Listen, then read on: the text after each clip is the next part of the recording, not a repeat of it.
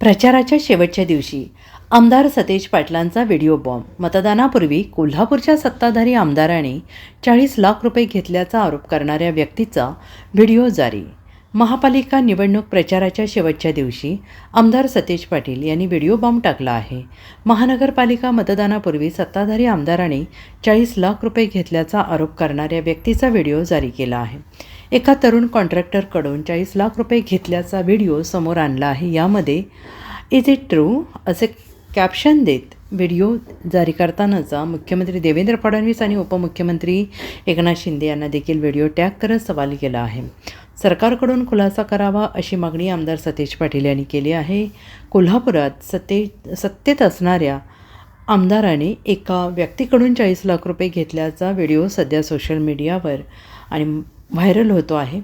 आमदारांवर एखादा आरोप होत असेल तर त्याची सत्यता आणि पडताळणी होणं गरजेचं आहे, कारण लोकांमध्ये अविश्वासाचं वातावरण निर्माण होत असतं.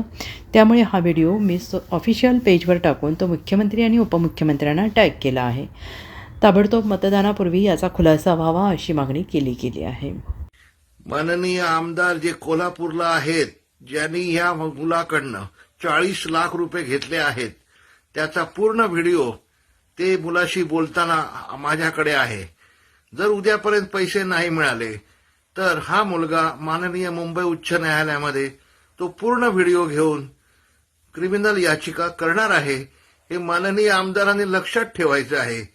मराठी बाणा, मराठी फणा, मराठी अस्मिता ही फक्त नावाला आहे का? माननीय देवेंद्रजी फडणवीस साहेब एवढे प्रामाणिक आहेत, त्यांचा मुंबईत फ्लॅट नाही आहे.